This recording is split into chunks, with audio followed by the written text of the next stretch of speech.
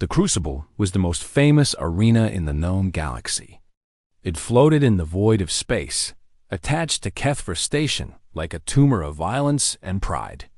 Species from 100 worlds came here to watch their champions fight. They came to see blood. They came to see dominance. Most of all, they came to see the Silurians prove once again that they were the greatest warriors the universe had ever produced. Commander Vrethkin stood in the center of the arena floor. His body was a nightmare of evolution and engineering. 9 feet of bone-white exoskeleton covered in ceremonial scars. 4 arms, each one thick as a human torso. His face was a collection of sharp angles and burning red eyes that had watched 17 species send their finest warriors to face him. 17 species had failed. The crowd roared his name. Vrethkin. Vrethkin. The Unbroken. The Death that Walks. He raised his weapon for them to see. The railcaster was bonded to his nervous system, an extension of his will. It fired bolts of tungsten at 4,000 meters per second. Fast enough to punch through starship armor. Fast enough that most species could not even see the projectile before it tore through their bodies. In the viewing boxes above the arena, the Galactic Council watched with growing concern. The Silurians were using these victories to push for more power, more territory, more influence. Every species they defeated in the Crucible became a little more afraid to oppose them in the political chambers. Councilwoman Yethra of the Mindari turned to her colleagues. "We need someone to beat him. Just once. Just to show the galaxy that the Silurians can bleed like anyone else." "Who?" asked Councilman Boreth. "The Krethvani sent their war champion." Vrethkin broke his spine. The Hollow Men sent an assassin with poisoned blood. Vrethkin shot him before he got within 50 meters. "What about the humans?" The question came from Ambassador Chun. She was a small woman with gray hair and calm eyes. She had been sitting quietly in the corner, watching the discussion with the patience of someone who had seen many such debates. The council members looked at her with a mixture of confusion and pity. "Ambassador," Yethra said gently, "we appreciate humanity's willingness to participate in galactic affairs. But this is not a matter for your species. The Crucible is a place for apex predators. Humanity is new, soft. Your people have no natural weapons, no armor, no enhanced senses. Sending a human against Vrethkin would be sending them to die." Ambassador Chun smiled. It was the kind of smile that made Yethra suddenly uncomfortable, though she could not say why. "We would like to volunteer a champion," Chun said. "If the council will permit it." They permitted it. They thought it was a joke. They thought it was a desperate political gesture. They never imagined that humanity actually intended to win. 3 days later, a single transport ship docked at Kethra Station. The Silurian delegation gathered to meet their next opponent, expecting some kind of augmented super soldier, perhaps a human wrapped in mechanical armor or carrying devastating weapons. The airlock opened. Ambassador Chun walked out first. Behind her came a woman of average height and unremarkable build. She had dark hair pulled back in a simple ponytail. Brown eyes. No visible weapons. No armor. No cybernetic enhancements. She wore loose civilian clothes, the kind a person might wear to exercise in a park on a quiet afternoon. Her name was Kira Vasquez. Vrethkin pushed through his guards to stare at her. His red eyes swept over her body, searching for hidden threats. He found nothing. "Is this an insult?" he demanded. His voice was like rocks grinding together. "Is humanity mocking the Crucible? Mocking me?" Kira looked up at him without fear. This was strange. Most species showed fear when they saw a Silurian warrior up close. It was a biological response, a prey instinct that even trained soldiers could not fully suppress. But this human woman looked at Vrethkin the way she might look at a piece of furniture. "No insult," she said. Her voice was calm, almost pleasant. I'm just here to fight. You will die, Vrethkin said. He meant it as a statement of fact, not a threat. Kira shrugged. Maybe, but probably not. The Silurian delegation laughed. The sound echoed through the docking bay like breaking glass. Even some of the council observers smiled, though their smiles were sad. They thought they were watching a brave fool walk to her death. Ambassador Chun pulled Kira aside as they walked toward the arena. Are you sure about this? She asked quietly. I know what you can do, but Vrethkan is not like the others. He has killed warriors who were enhanced, armed, and ready. You're going in there with nothing. Kira checked the simple band around her wrist. It monitored her heart rate, her neural activity, her body temperature. All normal. All calm. I'm not going in there with nothing, she said. I'm going in there with everything that matters. They just can't see it yet. The arena was full. 200,000 spectators from a dozen worlds had packed into the Crucible to watch this strange event.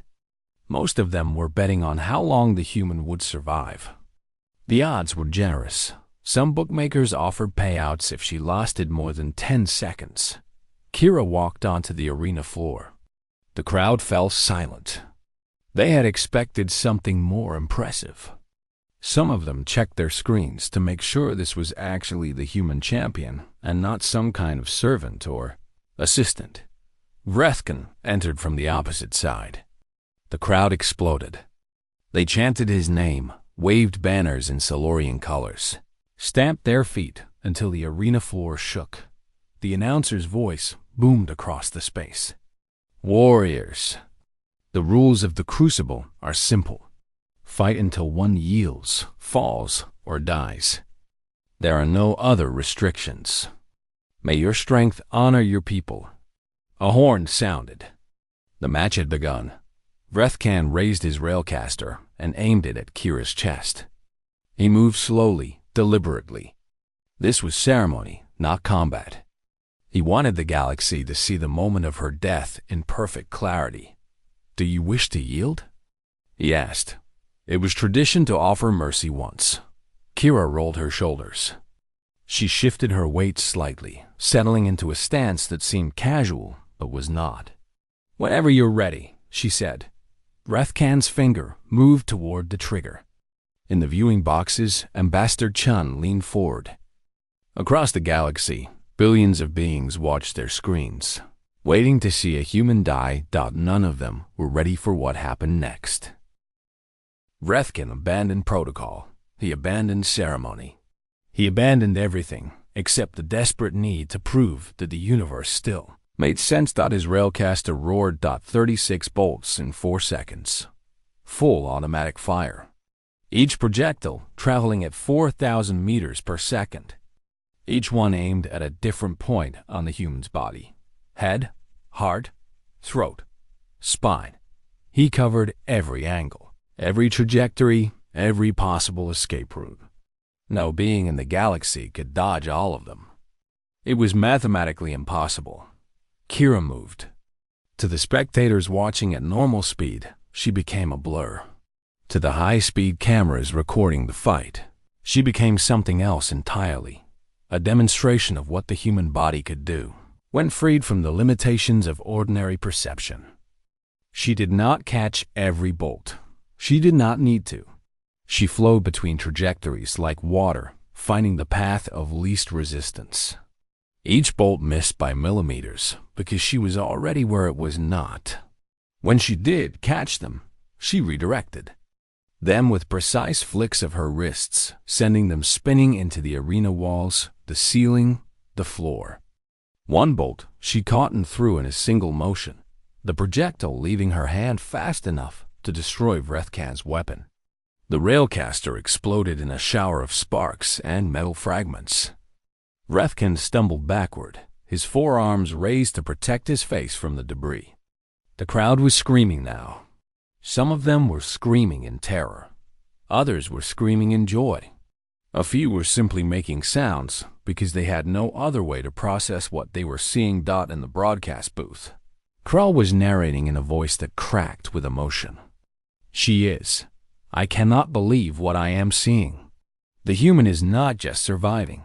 She is controlling the fight. Every bolt, every attack, she sees it before it happens. Vrethkin is the deadliest warrior in the galaxy, and she is making him look like a child throwing stones. Vex's translucent body was flickering with agitation. I have reviewed the recording 17 times in the past 30 seconds. Her reaction times are impossible.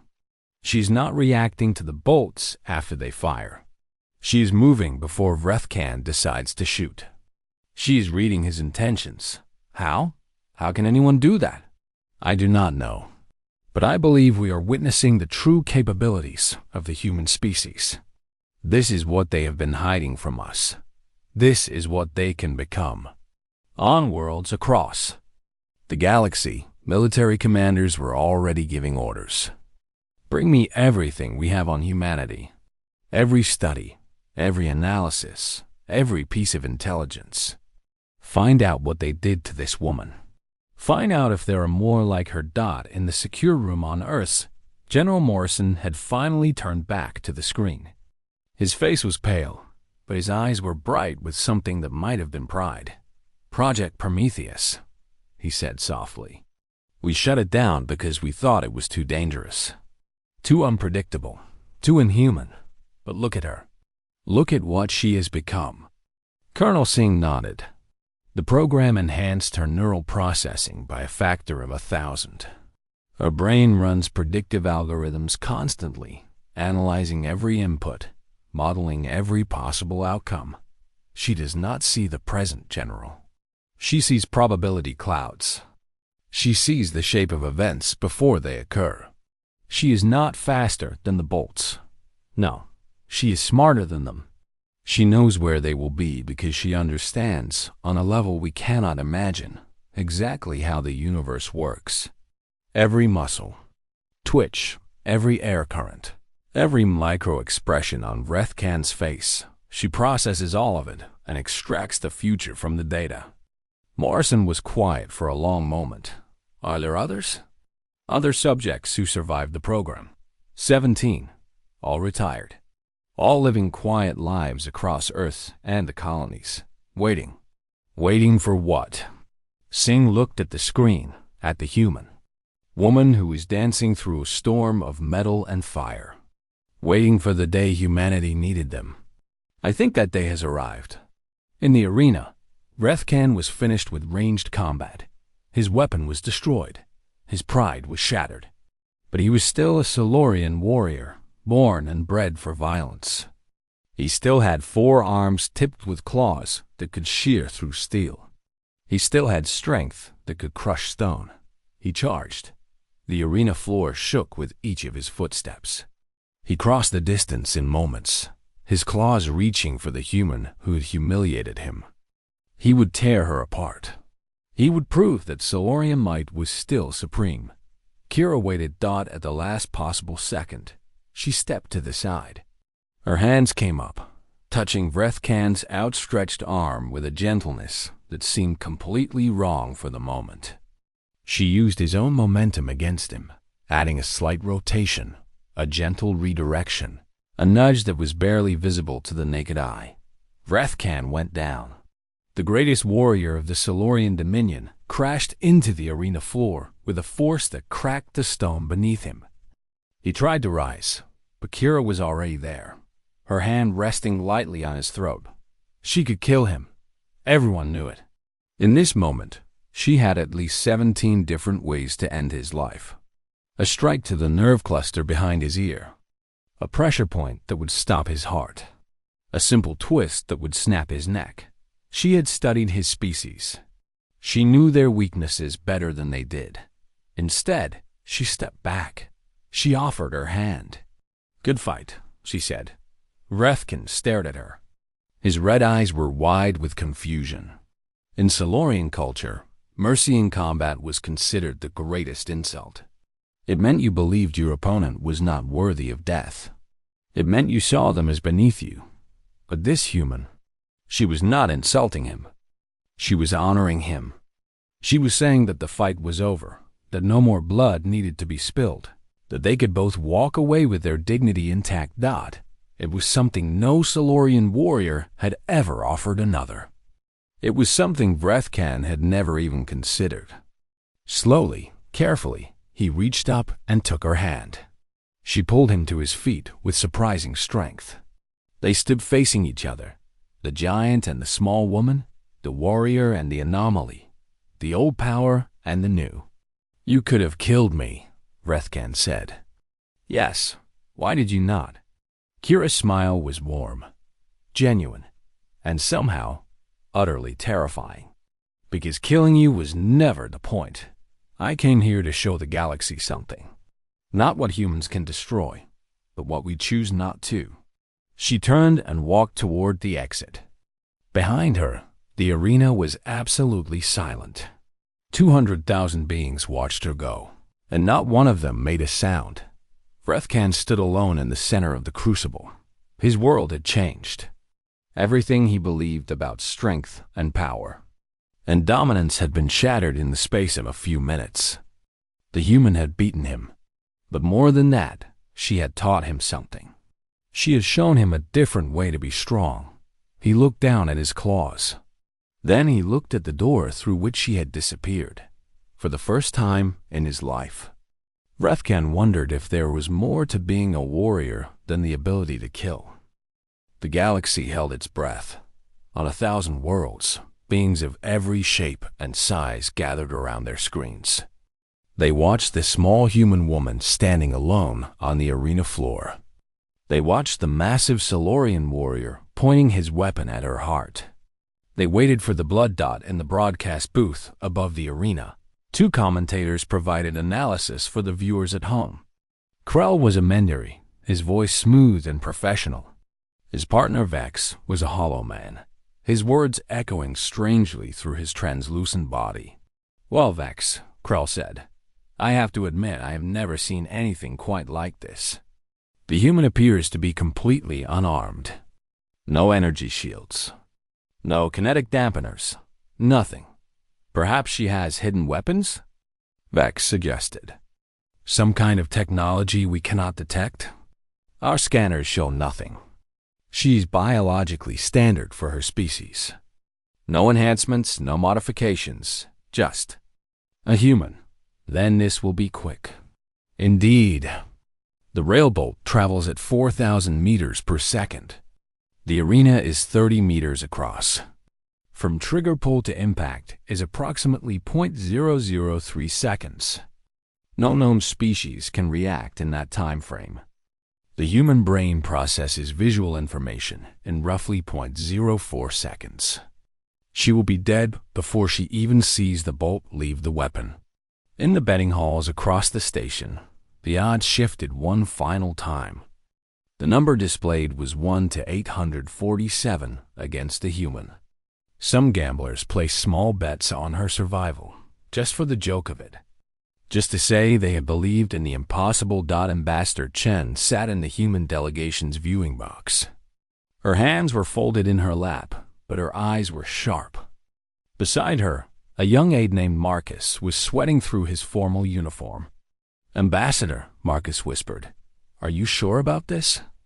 "I've read the files on Vrethkan. He's killed 36 opponents in this arena. 36. And Vasquez.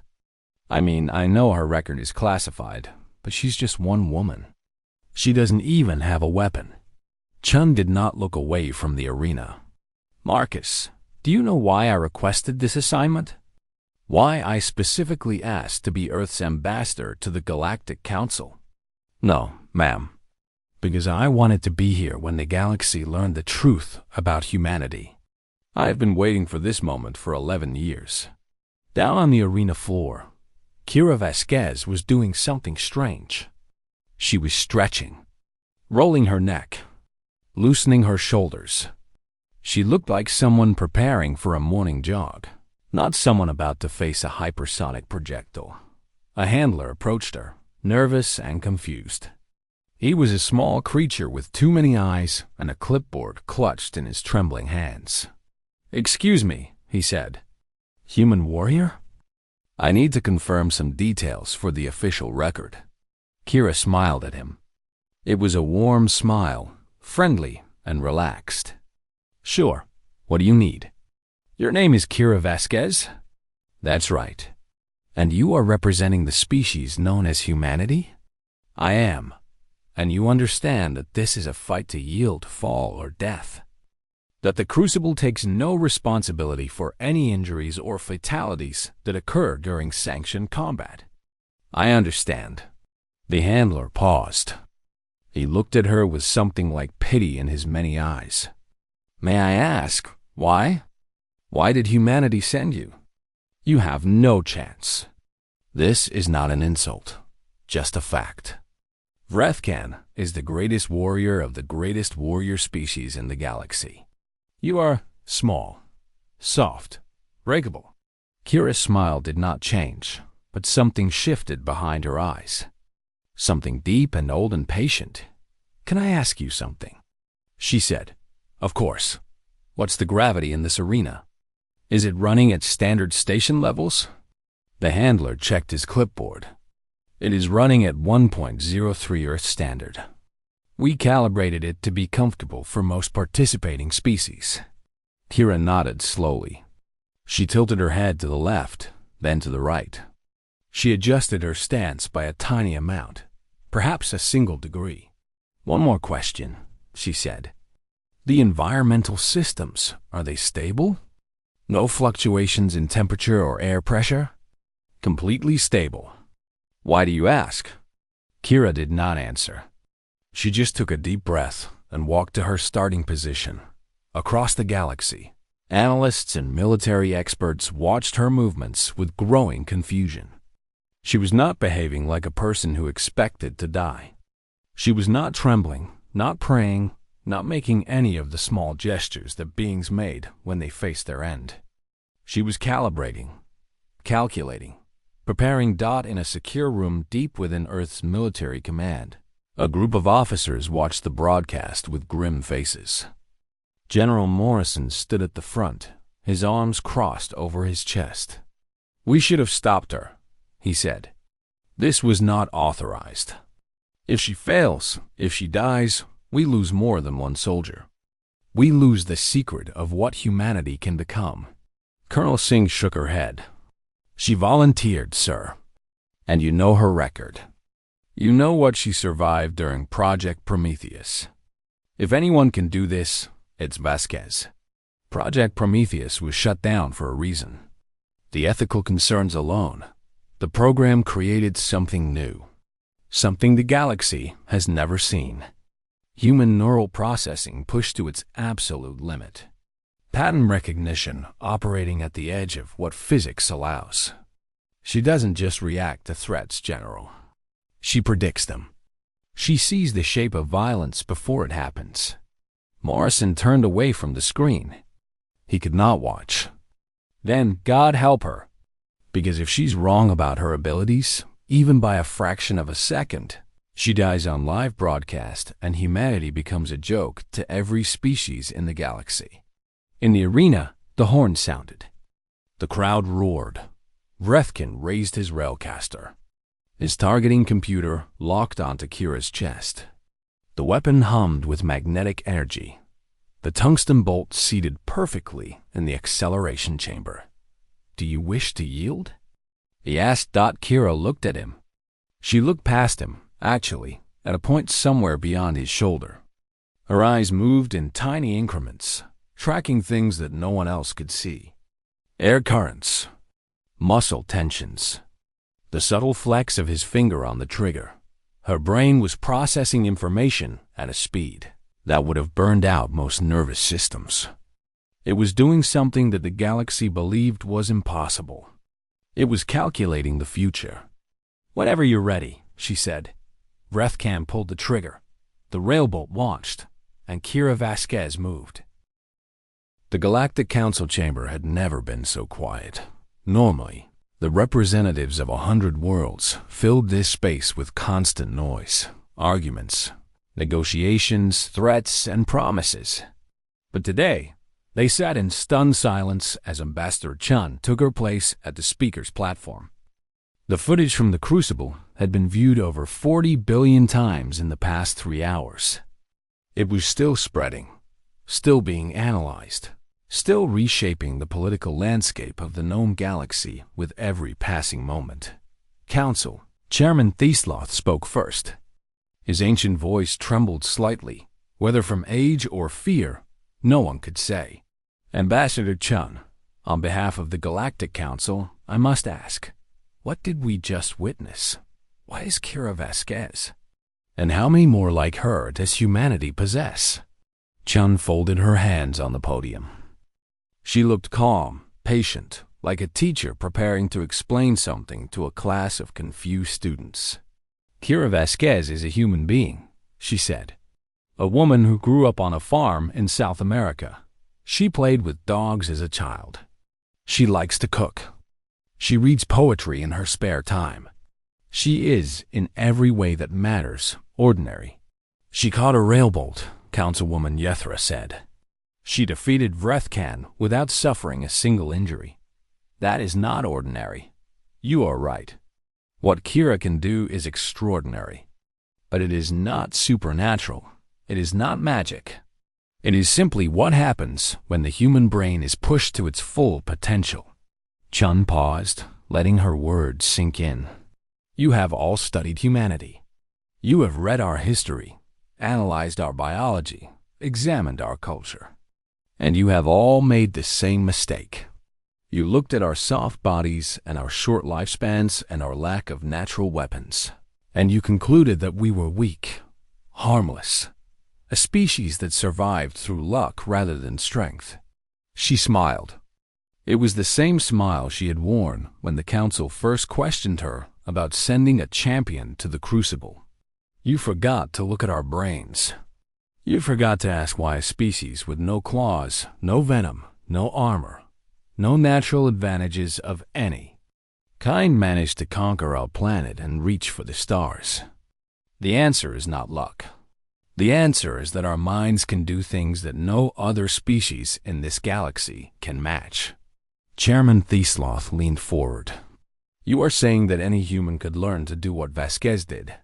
Not any human, but enough. Our neural plasticity, our pattern recognition, our ability to simulate and predict, these are traits that exist in all of us. They can be enhanced, trained, refined. Kira is not unique. She is simply an example of what humanity can become when we have reason to try. The chamber erupted in anxious murmuring. Chun waited for silence before continuing. The Silurian Dominion has used the Crucible to intimidate the galaxy for decades. They have leveraged their combat superiority into political power, economic advantages, territorial expansion. This ends now. Not because humanity wants to replace them as the dominant military force, but because the age of rule, through violence, is over. Councilman Bareth rose from his seat. What does humanity want? You have demonstrated capabilities that could threaten every species in this chamber. What will you do with this power? Chun's answer was simple. We will do nothing. Confusion rippled through the assembled representatives. We are not here to conquer. We are not here to dominate. We are here to trade, to learn, to cooperate, to build something better than the endless cycles of fear and violence that have defined galactic politics since before our species left its first footprints on the moon. She turned to face the Silurian delegation. Their ambassador was staring at her with undisguised hostility. We could have sent 100 warriors like Kira to the Crucible. We could have demonstrated our capabilities in a way that left no doubt about our military potential. Instead, we sent one woman, one chance, one message. She paused. The message is this: humanity does not want to be feared. We want to be respected. And we want to offer the same respect to every species willing to engage with us peacefully. The catching of railbolts, the defeating of champions, that is what happens when you force us to fight. It is not what we prefer. It is not who we are. In a medical bay on the other side of Kethver Station, Kira Vasquez sat across from Rethkan. The Silurian warrior had refused treatment for his minor injuries. He claimed they were badges of honor. Kira suspected he simply wanted to talk. They shared a drink. It was Silurian tradition. When two warriors had tested each other in combat, they sealed their mutual respect with alcohol strong enough to strip paint from metal. Kira's enhanced metabolism neutralized the toxins before they could affect her, but she appreciated the gesture. "I have been thinking," Rethkan said. His voice was quieter than before, less certain. "About what you said, about choosing not to kill. And in Silurian culture, mercy is weakness. It is saying that your opponent is not worth the effort of finishing. But you did not see it that way." Kira shook her head. "Mercy is not weakness. Mercy is strength that does not need to prove itself. You could have been my enemy. Instead, I chose to make you something else. That choice was only possible because I was strong enough to have other options." Rethkan was quiet for a long moment. When he spoke again, his words carried weight. "You have changed me, human. I do not yet understand how or what this change will mean for my future. But I know that I will never see combat the same way again." "Good. That was the point. The point of defeating me?" Kira smiled and took another drink. "The point of everything. The arena, the bolt, the fight. Humanity did not come to the Crucible to prove that we could destroy Silurians. We came to prove that we could defeat you without becoming destroyers ourselves." She set down her cup and looked at him with eyes that had seen the future and chosen a different path. "Here is the truth about humans, Rethkan. We are capable of terrible things. Our history is filled with violence, cruelty, and destruction on scales that would horrify any species in this galaxy. We know exactly what we are capable of, because we have done it to ourselves for thousands of years." Her voice softened. "But we are also capable of something else. We can look at our own darkness and choose not to embrace it.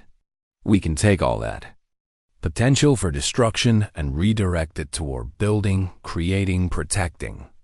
We can catch the bullet instead of firing it." Rethkan considered this. "You are saying that your restraint is your true strength. I am saying that we have 25 plans for any situation. Fighting is plan Z. We have 25 better options, and we will try every single one of them before we resort to violence. And if someone pushes past those 25 options?" Kira's smile did not change, but something in her eyes shifted. Something old and deep and patient. Then they discovered that catching the bolt was me being polite. The transport departed Kethver Station 3 hours later. Kira slept in her bunk, dreaming of a quiet beach on Earth where the waves rolled in forever and no one needed to catch anything at all. Across the galaxy, the message spread. Military analysts revised their threat assessments.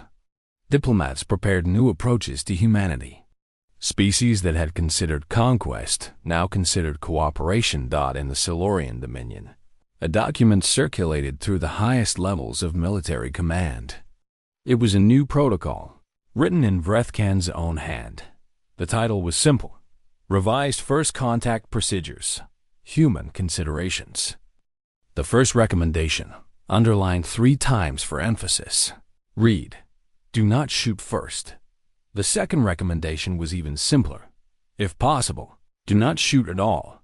Humanity had sent its message to the stars, not through weapons or threats or demonstrations of overwhelming force, but through a single woman who caught death in her hands and gave it back gently.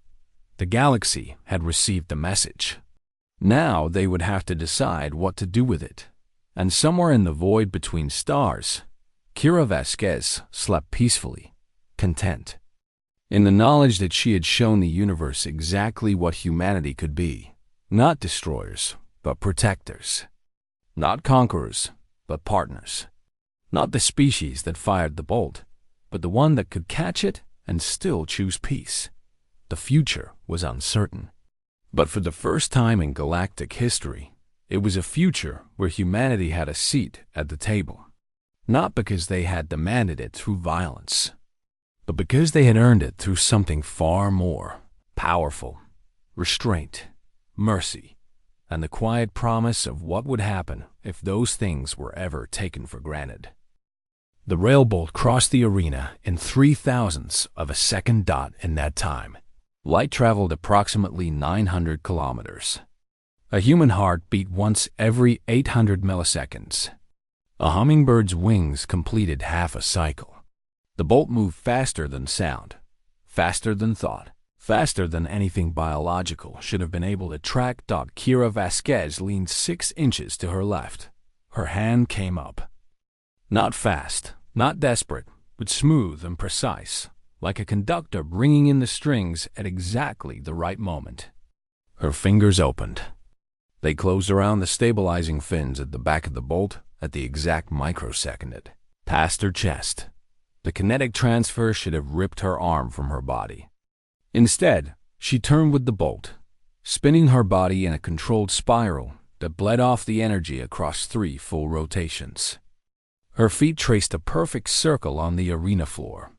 Her body became a living shock absorber, channeling 4,000 meters per second of deadly force. Into a dancer's pirouette. She stopped. The arena was completely silent. 200,000 beings had forgotten how to breathe. Kira held up the bolt. She looked at it with mild curiosity, the way a person might examine an interesting rock they found on a beach. The tungsten spike gleamed under the arena lights, still warm from the friction of its passage through the air. Vrethkin stood frozen. His railcaster was still raised, still pointed at where his target should have been.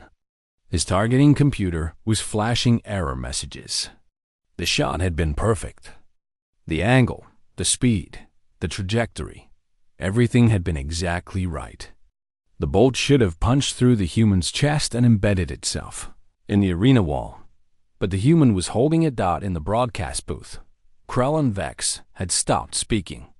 Their feeds were still live, still broadcasting to billions of viewers across the galaxy, but no words came out. What could they say? What could anyone say? Finally, Vex managed to speak. His voice was barely a whisper. "That is not possible." "I am looking at it," Krell replied. "I am looking at it, and I still do not believe it." The silence stretched. Kira turned the bolt over in her hands, examining it from different angles. Then she did something that would be replayed and analyzed for decades to come. She tossed it back. The bolt flew through the air in a gentle arc. It was a casual throw, underhand, the kind of motion a person might use to return a ball to a child. It traveled slowly enough that everyone could track its path. It bounced off Vrethkan's chest plate with a soft metallic sound and fell to the arena floor. "You dropped something," Kira said. The crowd erupted. Not in cheers and chaos. Beings were screaming, crying, climbing over each other to get to the exits or pushing forward to get a better view. Some species experienced something like religious conversion in that moment. Others felt their entire understanding of the universe collapse around them. In the viewing boxes, the Galactic Council was in disarray. Councilwoman Yethra had fainted. Councilman Borath was gripping the railing so hard that his claws had punctured the metal. 3 ambassadors were demanding to speak with their governments immediately. The council chairman, an ancient being named Thesloth, was staring at the human delegation's box with an expression of pure horror. "What are they?" he whispered. "What did humanity just reveal to us?" Ambassador Chun stood calmly at the window, looking down at Kira with quiet pride. Behind her, Marcus had dropped his datapad and was making sounds that were not quite words. "They asked what humanity would do," Chun said softly. "They never asked what humanity could do." On the arena floor, Vrethkan was still trying to process what had happened. His mind, trained for combat since birth, was cycling through possibilities. A shield technology they could not detect. Some kind of time manipulation. A holographic decoy. Anything other than the impossible truth. He replayed the moment in his memory. The bolt leaving his weapon. The human's slight shift to the left. The hand coming up, fingers closing, the spin that turned lethal velocity into a controlled rotation. She had seen it coming. She had known exactly where the bolt would be, and exactly when it would arrive. She had reached out and plucked death from the air like picking a flower. How? The word came out of him in a ragged whisper. How is this possible? Kira rolled her shoulders, loosening muscles that had absorbed enough kinetic energy to kill a dozen warriors. You want the scientific explanation? Or the simple one? Explain yourself, human. The simple version? My brain is faster than your bullet. I saw where it was going before you decided to fire. I knew the trajectory before your finger finished moving. By the time the bolt left your weapon, I already had my hand in position to catch it. That cannot be true. No biological brain can process information that quickly. Kira smiled. It was not a mocking smile, not a triumphant smile. It was the smile of someone explaining something to a student who was struggling to understand. Your people evolved to be strong, she said. Fast, armored. You developed external weapons because you believed the power came from force, from hardness, from the ability to break things. She tapped her temple. Humans evolved differently. We are not the strongest, not the fastest, not the toughest. But our brains, our soft, fragile, impossible brains, can do something that yours cannot. We can see patterns. We can predict outcomes. We can run 1,000,000 simulations in the space between heartbeats. Vrethkin's weapon arm was shaking. He had never felt fear in combat before. He felt it now. You are lying. This is some kind of trick. No trick. No technology. Just a human brain doing what human brains do best, solving problems. And you, Commander Vrethkin, are a problem I solved before I stepped off my ship. In the viewing boxes, in the broadcast booths, across 1,000 worlds. Beings were beginning to understand what they were witnessing. This was not a fluke. This was not a miracle. This was humanity revealing a truth they had kept hidden since they first joined the galactic community. They were not the soft, harmless newcomers everyone believed them to be. They were something else entirely. Something that had been watching and learning and waiting. Vrethkin looked down at the bolt lying at his feet. Then he looked at the human woman standing before him, calm and patient and terrifying. For the first time in his life, the greatest warrior of the Silurian Dominion did not know what to do next. So he did the only thing his pride would allow. He raised his weapon again. Then let us see, he said, how many bolts you can catch.